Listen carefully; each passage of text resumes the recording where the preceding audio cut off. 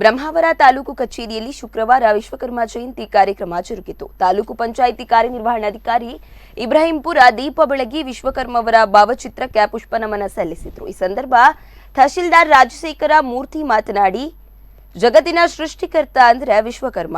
ಇಂದಿನ ಕಾಲಘಟ್ಟದಲ್ಲಿ ಕೂಡ ಯಾವುದೇ ಶಿಕ್ಷಣ ಇಲ್ಲದೆಯೂ ಕೂಡ ಕಲ್ಪನೆಯಲ್ಲಿ ದೇವರನ್ನು ಜ್ಞಾನ ಮತ್ತು ತಪಸ್ಸಿನ ಮೂಲಕ ಮತ್ತು ತಂತ್ರಜ್ಞಾನವನ್ನು ರೂಪಿಸಬಲ್ಲ ಜನಾಂಗವೊಂದು ಭಾರತದಲ್ಲಿ ಅಸ್ತಿತ್ವದಲ್ಲಿ ಇರುವುದು ವಿಶ್ವಕರ್ಮ ಜನಾಂಗ ಎಂದರು.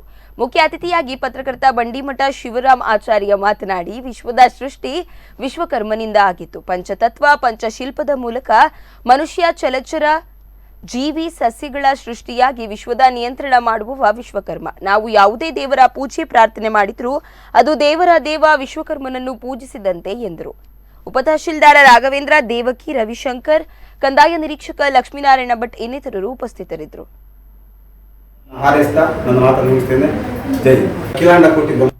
ಅದು ಮನು ಮಯ ಸ್ಪಷ್ಟ ಶಿಲ್ಪ ಮತ್ತು ವಿಶ್ವಜ್ಞ ಅಂತ ಹೇಳ್ಕೊಂಡು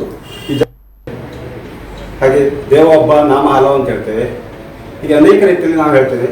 ಅದೇ ರೀತಿಯಲ್ಲಿ ನಾವು ಸರ್ವದೇವ ನಮಸ್ಕಾರಂ ಕೇಶವಂ ಪ್ರತಿಗಚ್ಚತಿ ಅಂತ ಹೇಳ್ತೇವೆ. ಅಂದರೆ ಯಾವುದೇ ದೇವರನ್ನು ನೀವು ಪೂಜಿಸಿದ್ರು ಕೂಡ ಅದು ದೇವರಿಗೆ ಸಂದಾಯ ಆಗ್ತದೆ ಅಂತ ಹೇಳ್ತೀವಿ. ಆದರೆ ಆ ದೇವರು ಯಾವುದು ಅಂತ ಹೇಳೋದನ್ನ ನಾವು ಬಹುಶಃ ನಮಗೆ ತಿಳ್ಕೊಳ್ಳೋಂಥ ವ್ಯವಸ್ಥೆ ಸಿಗಲಿಲ್ವೋ ಅಥವಾ ತಿಳ್ಕೊಳ್ಳೋದಿಲ್ಲೋ ಅದು ಗೊತ್ತಿಲ್ಲ. ನಾವು ಈ ಭೂಮಿಯನ್ನು